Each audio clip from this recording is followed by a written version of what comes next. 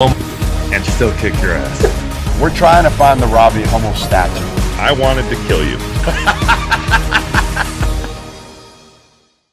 And now, welcome to an episode of the Goodman and Hummel podcast. It is going to be the best episode that you've ever heard in this podcast feed. Obviously, I am not Jeff Goodman. My name is Rob Dauster. I got Robbie Hummel here with me. And me and Robbie were texting, and we decided that he was tired of having someone on the show with him that didn't know basketball, that didn't know how to dress well. So we decided to kind of like up the level of talent, of ball knowership on this podcast. So he invited me on. Robbie, what's going on? I appreciate you allowing me to grace this podcast with my presence. I will say it's nice to just have someone on here who's not going to bring down the credibility of this podcast. Jeff has really been detrimental to that over the last, well, I would say probably 3 years, but really heavily in the last 2 months, where it's every prediction he makes is terrible.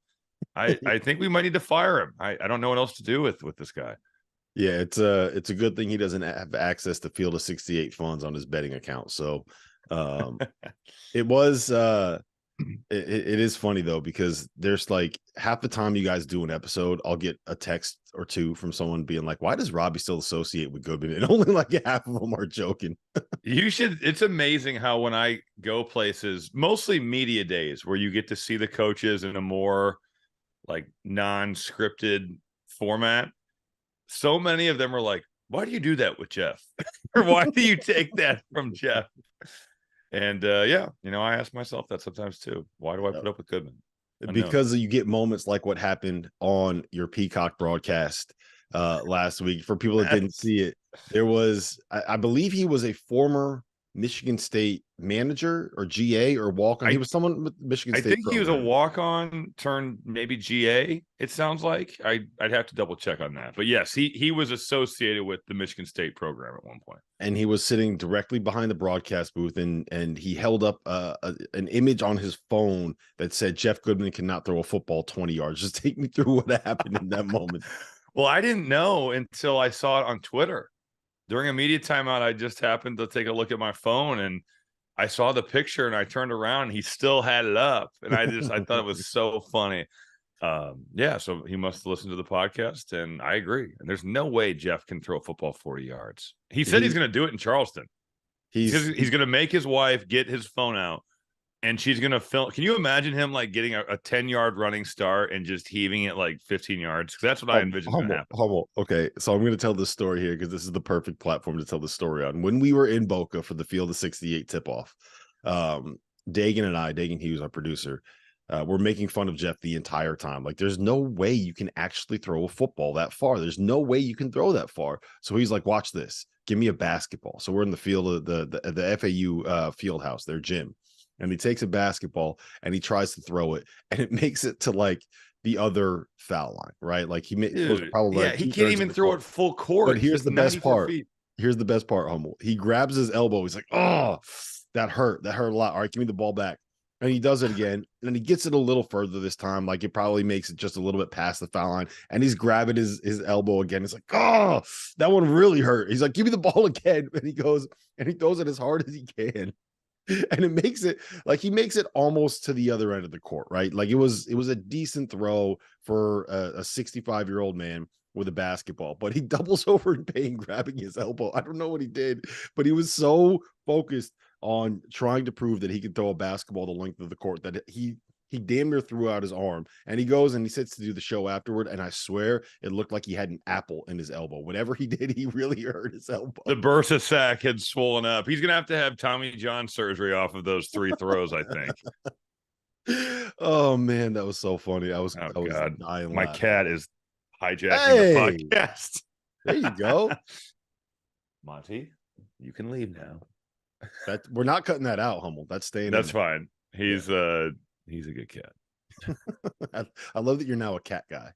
I am. I actually grew up with cats. So we had 2 when I was a kid, and we have Monty now. Monty's my son. My cat is an absolute psycho that will attack every single person that walks into the house. My dog is scared of everything, so we have a guard cat.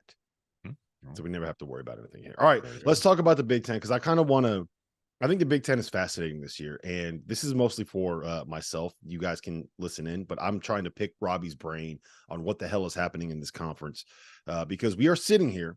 It is December 7th, and the much maligned Indiana Hoosiers are sitting at 7-1.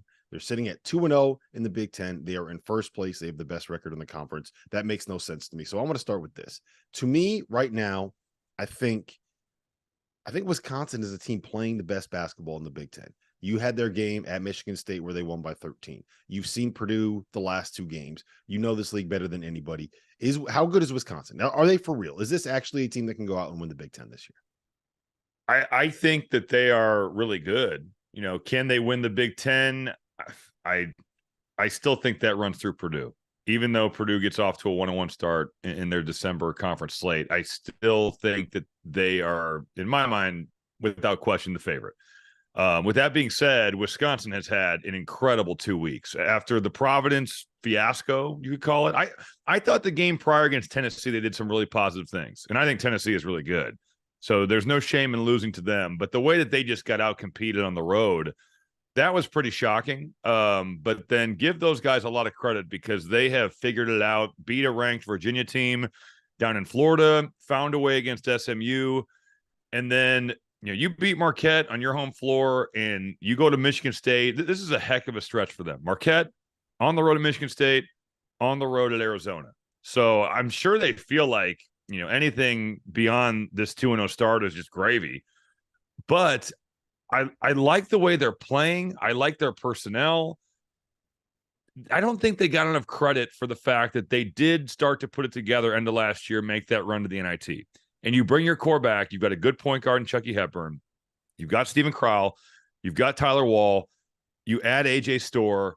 I really, really like their freshman, John Blackwell. I think John Blackwell is he plays his role. He's actually been pretty good offensively. He really guards. Connor Sejan is an all freshman guy last year in the Big Ten.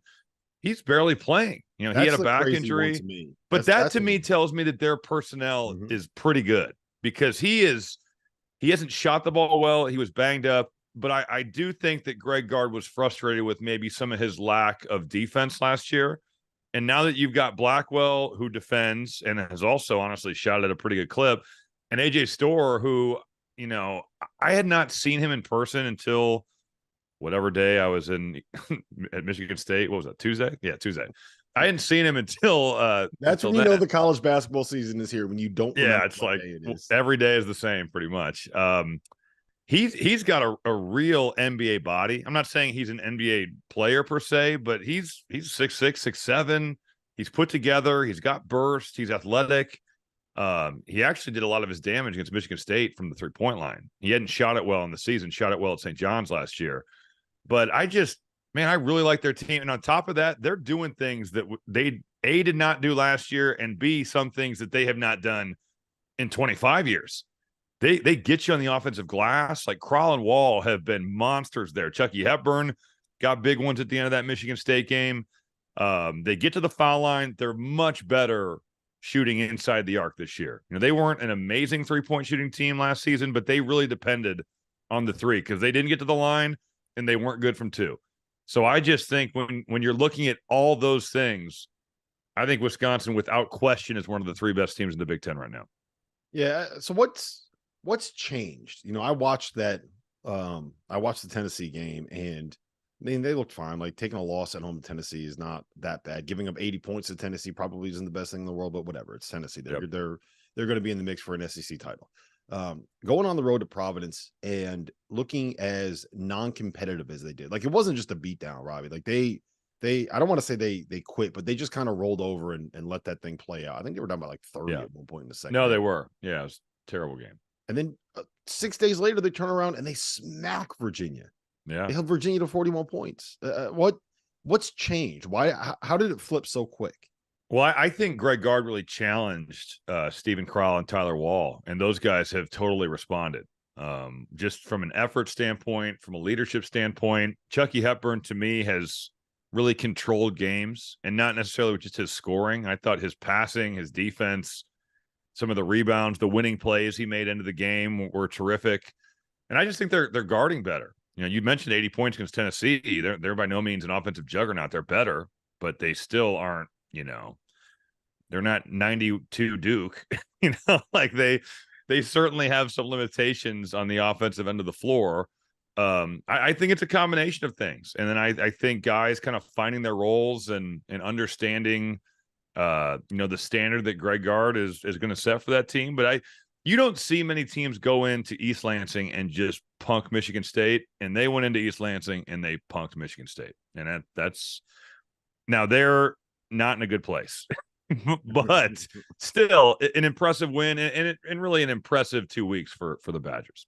Yeah, they surprised me. I thought that they were going to be good. But I didn't think that they were going to beat Marquette by double digits, go into East Lansing and look like the better, not just get a win, but like look like the better team, smack around Virginia a little bit. Are they? So you mentioned top three. Who's your top three right now in the Big Ten? I'd say Purdue, and then I would say 2A and 2B are Illinois and Wisconsin. All right, and then a tier behind that, I'd put Ohio State. What sets Wisconsin apart from Illinois?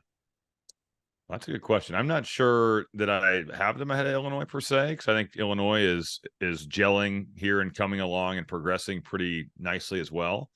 I don't know if anything does, to be honest with you. I guess their resume sets them apart. They have a better resume than Illinois, but Illinois has handled Rutgers in one of the tougher environments the Big Ten has to offer, and then gets a win against Florida Atlantic on Tuesday night as well. So I guess if I'm talking about what sets them apart, well, head-to-head matchup against Marquette, like Wisconsin beat them, Illinois loses to them at home. And I just think that probably from a resume standpoint, if you're looking at the last 2 weeks, even though Illinois has done some really good things, I think Wisconsin has them beat in that regard. Yeah, we're going to find out a lot about both of these teams on Saturday.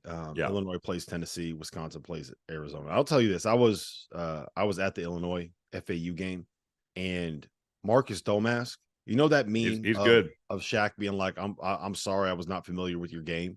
Yeah, that was me for Marcus Domask. I did not see him being a guy that could get you 33 the way that he did. Right, like everything was just kind of all right. I'm gonna get to my spot. I'm gonna elevate. He posted a ton last year. Yeah. He's actually pretty good at it too. Yeah, well, I mean, he put 33 Obviously. Up on Florida Atlantic in the Garden. So, no, but we know how good that Illinois team can be defensively, and everyone knows about the point guard issues that they have. Yeah, having two guys now, and not just like Terrence Shannon's really good, and he's averaging like 22. Hold on, didn't you tweet something about Terrence Shannon at me during the draft? Probably. I think you did. Should we revisit that? What was it? What did I say? I don't even remember. Something about me drafting him way too high and that he shouldn't have even been picked. But I'm the GM of the year out here. You are. I'm looking at KenPom, Terrence Shannon, 4th in the MVP voting. And, first of all, Jeff, again, bringing the podcast down. His draft picks were awful. And his selection process was even worse. There's all these bigs. I draft Edey first. So obviously what you should do is then go and say, all right, I could draft Hunter Dickinson. I could draft Donovan Clingan. I could draft Armando Bacot. I could draft, I feel like I'm forgetting one of the better centers in college basketball. There's a million of them. There's a lot of them, right? Like there's a ton of guys. And instead he's just like, all right, I'll take Hunter. Just match me pick for pick instead of taking, let's say, a point guard, like Tyler Kolek. You could say that he is probably one of the few elite point guards. Jeff is really bringing this thing down. That's the only thing. That's my point. Jeff is bringing this thing down. Yeah, I like how you made sure. That's the third time we've gotten to the Jeff is bringing down the podcast without him here. Make sure you get your shots. It's the narrative that we need to push here. Yes, well, we know. But the thing, so my apologies to Terrence Shannon. I will take the L on that one, Hummel.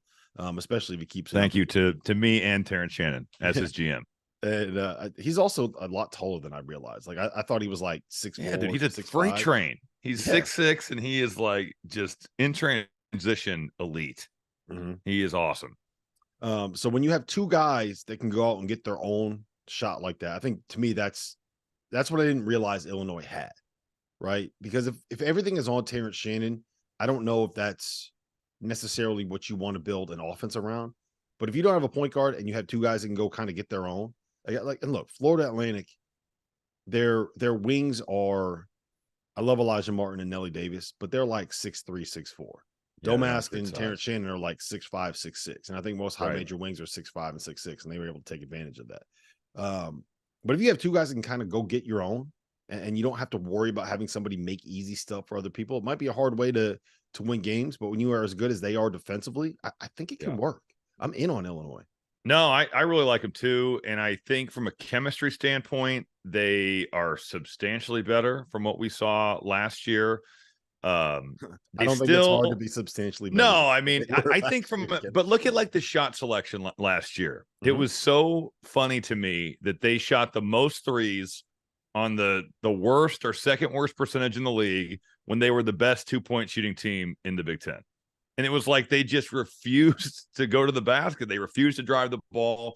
They wanted to shoot threes. And they're still going to shoot them. They're going to get them up. But I do think it's a much more mature group. Thanks to the beauty of technology, I was able to locate this. It was actually a text that was sent to me and Jeff from one Rob Dauster. Would you like to hear it? Yes. What you said? Please. Tell me what I said.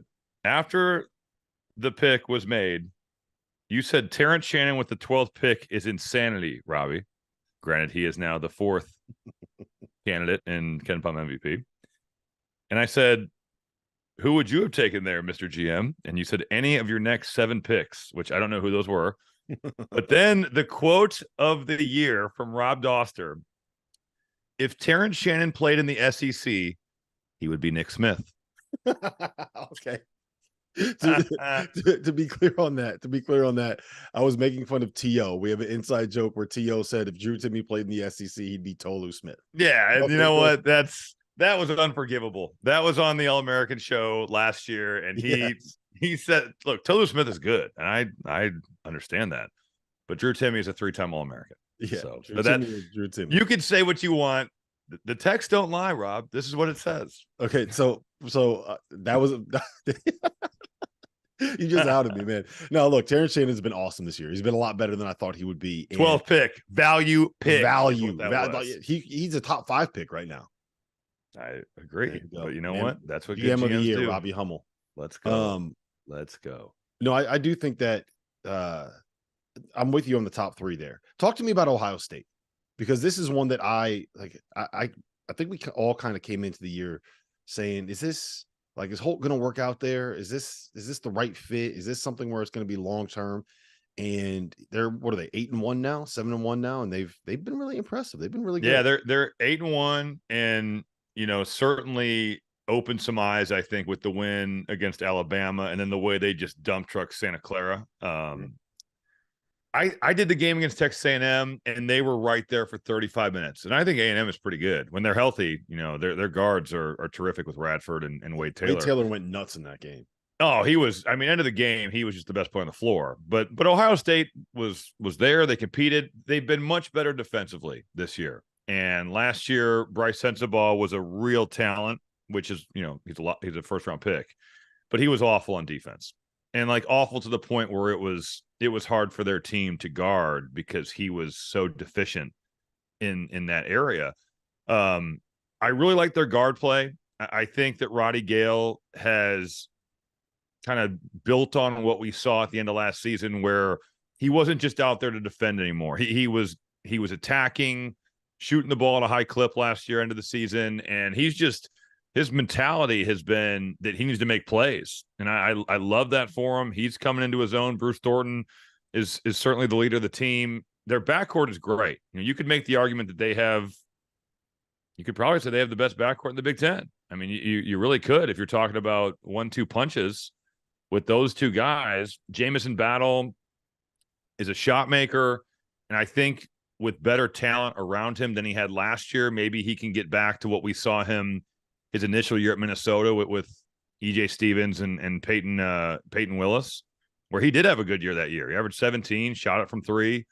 And then I think Zed Key and Felix Akpar are 2 very different but solid Big Ten players. I think this is more of a team that will guard you. And last year it just snowballed. They lost a couple close games, and then it was just they could not figure it out. but I do give them credit for staying the course, and those young guys got a lot of experience, and I think now it's paying off. I like their team, and certainly a big test for them here, not this weekend, but next when they'll see UCLA. As you guys know by now, we've partnered with BetMGM Sportsbook for this college basketball season. We're going to be using BetMGM lines to make all of our picks and predictions throughout the college basketball season. And we are going to have special offers for you, the listeners and the viewers on the Field of 68 each and every week during the season. If you haven't signed up with BetMGM yet, use the bonus code FIELD1500 and you will get up to a $1,500 first bet offer on your first wager on BetMGM Sportsbook. Here's what you got to do. Download the BetMGM app. Sign up using the bonus code FIELD1500. Deposit at least $10 and place your first wager on any game. You will receive up to $1,500 in bonus bets if that bet loses. Just make sure you use the bonus code FIELD1500 when you sign up. And remember, BetMGM is now available under one wallet in select states. As a New Jersey resident, this is super convenient for me when I have to go cover games in New York or Philly. When crossing state borders, just log into your existing account instead of having to create new accounts in each state that you go to. And most importantly, I got to let you know, we do have some fun stuff coming up for this college basketball season. Bet insurance tokens, college hoops odds boosts, my personal favorite, parlay odds boosts. So download the BetMGM app today. You know what's really impressive to me? You mentioned Zed Key. He was a guy that was a starter for most of embraced his role. year. Yeah, most of his junior year, and now he's coming off the bench, and he's been great. He's done exactly what he's needed to do, and he lost a ton of weight too. I asked him what diet he's on because I need to get on it when I saw him for A&M. And he said he ate a bunch of lean meat and vegetables and tried to cut out the junk food. And that sounds too simplistic, right? Yeah. Doesn't sound so hard until you know actually. What it sounds like, Robbie? It sounds like a 22-year-old's metabolism right there. Yeah, that helps. And the 4 days of lifting a week and playing every day, that helps too. Yeah. Golf does not burn as many calories as a Chris Holtmann basketball practice. Depends on if you walk. If you walk 36 holes, maybe. But fair enough. In the cart, not so much. Are you?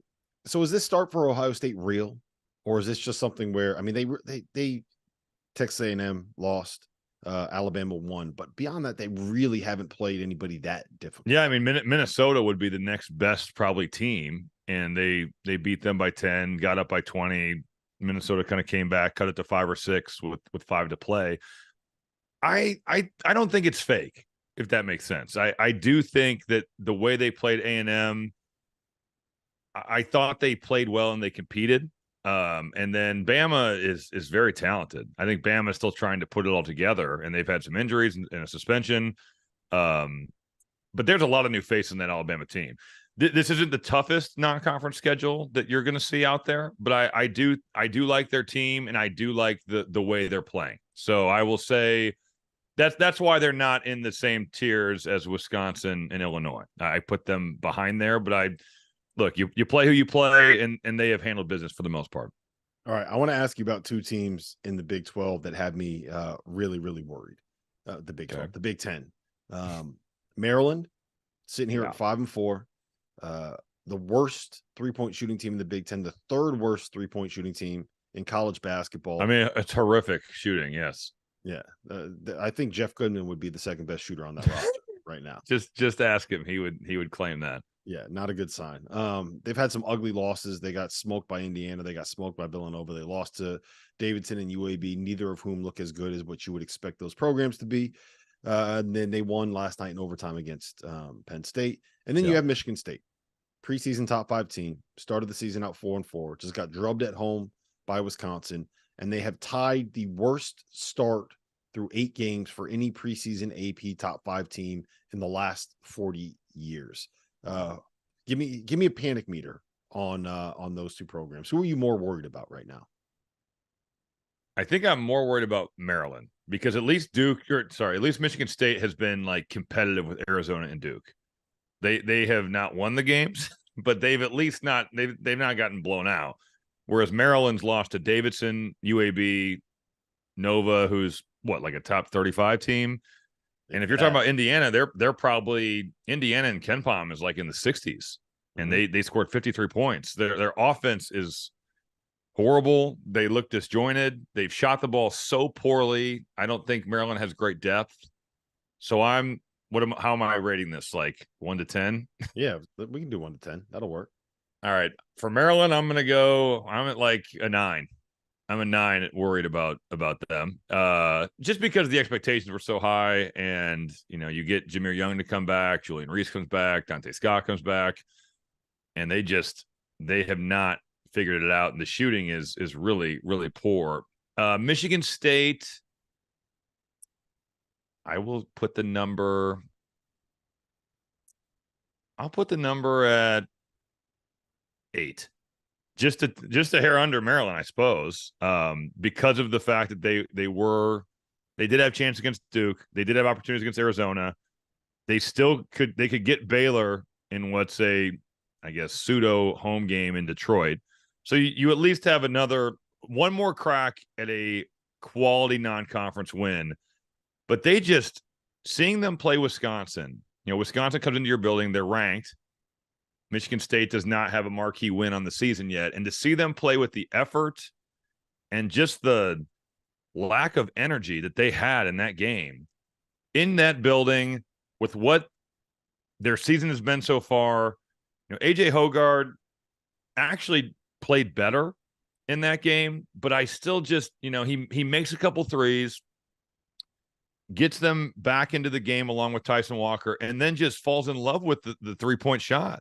That's not what he does, and I know Tom Izzo and him have had plenty of meetings, heart-to-hearts, chats, whatever you want to call it. Like, these guys have spent a lot of time talking about what he expects of AJ Hoggard. And I just am like, when he made him, I even thought to myself, this could be fool's gold. This could be one of those things where now he takes a couple more when he should drive it and make a play at the rim or make a play for somebody else. Outside of Tyson Walker, they look so lost. And I will give Malik Hall, I think you have to give him the benefit of the doubt because he had been sick from Friday to Tuesday. They didn't expect him to play. He tried to gut it out. He did not look like he had much energy, which, if when you get the flu like that just is what it is. But without him, they don't have anybody that can score with their back to the basket. Jaden Akins he looks lost with his role right now, which is crazy because I think he has every tool to be a high level player, certainly at this level. And then just Michigan State talks about how they want to run. You hear that from Izzo. You heard it in the preseason. You've heard it over the course of this non-conference slate. They didn't run at all. They're not even looking. It was just a half court grinded out. So it's like they just look so lost, which is pretty surprising. Now, if anyone can get him right, it's that dude. He has done it before. He finds ways to make his teams improve. But this is a huge game for them Sunday at Nebraska against a Nebraska team that looked horrible in the second half last night at Minnesota in a loss. And they'll put 15,000 people in that building. Oh, that place will be packed. It'll be hyped. But I think for both those teams, Nebraska and Michigan State, must win. That is a must-win game. And then a huge opportunity for the Spartans against Baylor. But I don't like the way they're playing. It is a rough watch right now. Yeah, I don't know if it's fixable either without getting without getting Jaden Akins to become a borderline all Big Ten guy, which is what I think a lot of us thought he would turn into this year. And without getting AJ Hoggard to be the AJ Hoggard that showed up for the last month of last season. I mean, it's just like 6 games probably. Yeah, you're relying on a 6-foot guard whose strength is kind of creating his own shot and not making things easier for others to carry you in games. And the worrying part to me, Robbie, is that it feels like every one of these losses, they just get down so big so early. Well, their starts are abysmal. Yes. They did it again against Wisconsin. It's like 12-2 at the media timeout. Steven Crowell makes 2 threes. Storr makes a 3. I mean, it was the same thing with the James Madison loss. Same thing with Arizona. With the Arizona game. Same thing with the Duke game. They're just digging themselves these massive holes, and then they got to find their way back out of it. And even, I mean, they did the same thing. They did cut that lead, I bet, in the second half against Wisconsin down to 5 or 6. But man, you have to you extend so much energy coming back. Why don't you just start the game off with the same sense of urgency? I don't know. The AJ Hogarth situation is certainly difficult as well. I just the shooting for them also. I mean, they just can't make a shot. So you add up the poor point guard play. Jaden Akins seems like he's lost in his role. The shooting is bad. They get nothing in transition. And you've got pretty much Tyson Walker who is honestly playing at a high level, creating for himself. And you've got a recipe for a team that's just not very good right now. You got a recipe for 4-4 is what you got right there. I can't wait for Michigan State and Maryland to play because it will be the worst 3-point shooting performance anybody has ever seen. The battle of the Panic Meter Bowl. The Panic Meter Bowl. All right, the last team I want to ask you about is Purdue. And first and foremost, I think my big question for you is how much are you rooting against Zach Edey right now so that you can stay in the top 10 of Purdue? No, that ship has sailed. That's over with. You know, the only thing that I can think of is I really wish that I missed 4 games as a sophomore. I missed the last like 7 or 8 as a junior. If I played, I'd have more cushion, is what I'm saying. But, you know, unfortunately, those things did happen. So somebody tweeted at me like, hey, it only took you 13 years to get to that number. And in fairness, I didn't play that many games because I kept getting hurt. But yeah, he's a beat. He can honestly break the all-time scoring record, which Rick Mount has. He set it without the 3-point line in 3 years, which is actually insane. Well, I mean, it's not like Zach Edey's out here firing up threes. No, so. I know, but the fact Mount probably, I mean, I can't even imagine how many more points he would have because he was an elite shooter. So if he had the 3-point line, he'd have a ton more points. And he didn't play as a freshman because they weren't allowed to back then. Edey is a monster. He's going to win National Player of the Year again. Yeah, there's no one else that is even in the ballpark. And I still don't understand that there's actually college basketball fans that think he's only good because he's tall. If you think that, you are an idiot. Like, you really are an idiot if you think that. The way he moves at 7'4", like his footwork, the fact that he can change ends. I've seen 7 foot, 7'2", 7'3" guys that legitimately have a hard time running up the floor and changing direction and running back. And this dude's playing 33 minutes. So from a physical standpoint, he is an anomaly. Well, that's the thing that stands out to me more than anything else is that he can play 38 minutes and not get tired. And that is, he's moving 300 pounds up and down the floor, sprinting up and down the floor, getting put in defensive actions every single possession, having 4 guys hang on him every time he touches the ball. And the dude doesn't get tired. Like, I know. He's big, and it helps when you're 7'4" and 290 pounds. That's a good thing on a basketball court, but you're not going to be the National Player of the Year if you don't have like a nice touch around the basket and you don't know how to use your feet. He's good with his right hook. He can go to his left hand. He's certainly got some footwork that is nice. I just can't believe that people actually think that. That is the dumbest take ever. He is a monster. I do want to ask you kind of just big picture on Purdue because they looked fantastic out in Maui, right? They beat Gonzaga, they beat Tennessee, they beat Marquette. All 3 of those are top 10 teams on KenPom right now. We saw them beat Xavier at home in a game where it felt like older brother just holding little brother off with their hand like this. They kind of smacked around Iowa on was that Monday night, Tuesday, Monday night. But in the middle of that is a loss at home to Northwestern in overtime where some of the same stuff kind of popped up, right? Like you had some turnovers from Braden Smith. You had some untimely shot selection from Lance Jones.